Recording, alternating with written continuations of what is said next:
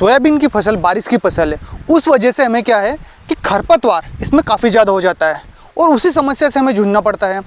अब इसी समस्या के निदान के लिए कंपनी क्या नए नए प्रयोग करती रहती है, जैसे प्री इमर्जेंट बना दिया।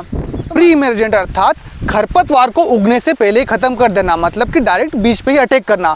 अच्छा किसान भाइयों, इनका प्रयोग हमें किस स्थिति में करना है या किस स्थिति में नहीं करना है? तो सबसे पहले किसान भाइयों क्या आता है कि हमें 24 घंटे के अंतराल में ही इसका इस्तेमाल कर लेना है। वैसे तो 72 घंटे आता है, पर टारगेट रखिए 24 से 32 घंटे के अंदर अंदर जो इसका इस्तेमाल कर लेते हैं तो बहुत अच्छा रिजल्ट मिलेगा। 72 घंटे में होता है क्या है कि कुछ मात्रा में जो खरपतवार होता है वो अपना अंकुरण छोड़ देता है। तो अगर थोड़ा बहुत भी अंकुरण खरपतवार में आ गया तो यह दवाई उसे नहीं मार पाएगी। अब हमने इस प्री इमर्जेंट का स्प्रे तो कर दिया, उसके पश्चात यदि 8 से 24 घंटे के अंतराल में हल्की फुल्की उसके ऊपर बारिश हो जाती है तो ये दवाई का रिजल्ट काफ़ी अच्छा देखने को मिलेगा हमें किसान भाइयों। पर एक बात और ध्यान रखना है कि हमने सोयाबीन बो दी, उसके पश्चात में नमी अगर जो भरपूर रहेगी तो और भी अच्छा रिजल्ट हमें देखने को मिलेगा। और किसान भाइयों ध्यान रखिए कि सोयाबीन का अगर जो अंकुरण हो गया है उसके बाद हम स्प्रे कर रहे हैं तो हमारी सोयाबीन पर भी ये दवाइयाँ अटैक करेगी। अब हम जान लेते हैं कि हमें कौन कौन सी मार्केट में दवा मिल रही है और कौन सी बेस्ट दवा है।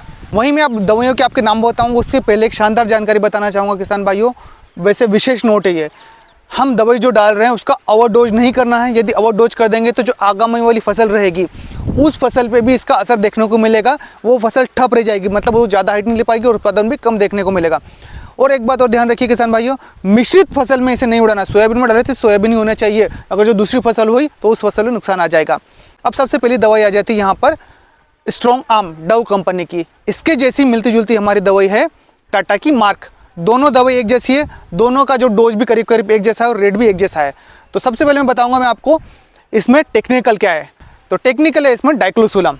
अब डोज की बात करूंगा इसमें तो डोज 12.4 ग्राम प्रति 1 एकड़ का है। किसान भाइयों ध्यान रखिए 12.4 ग्राम प्रति 1 एकड़।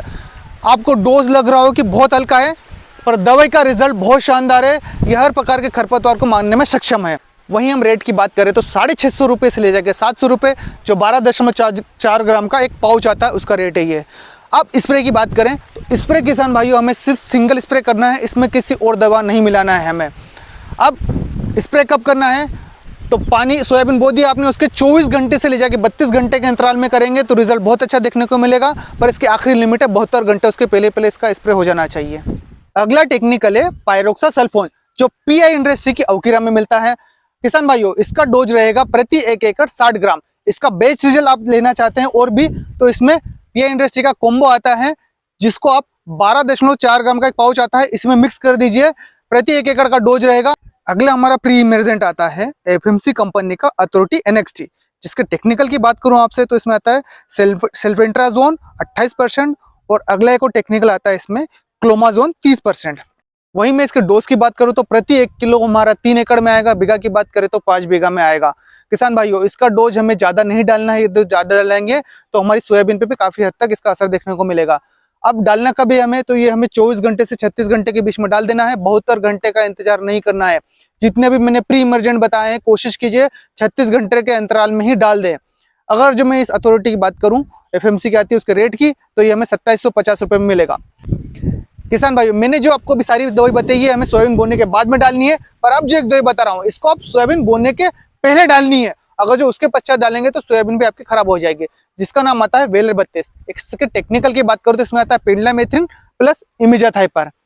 अब इसके डोज की बात करेंगे तो इसका डोज रहेगा प्रति 1 एकड़ 1250 ml के आसपास। यही अगर जो आप स्प्रे नहीं कर रहे हैं सोयाबीन बोने के आगे आगे स्प्रे नहीं कर रहे हैं तो इसको खाद में मिला के डालेंगे तो भी इसका असर बहुत अच्छा देखने को मिलेगा।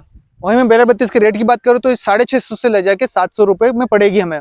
तो किसान भाइयों ये जानकारी आपको कैसी लगी कमेंट कर जरूर बताएं।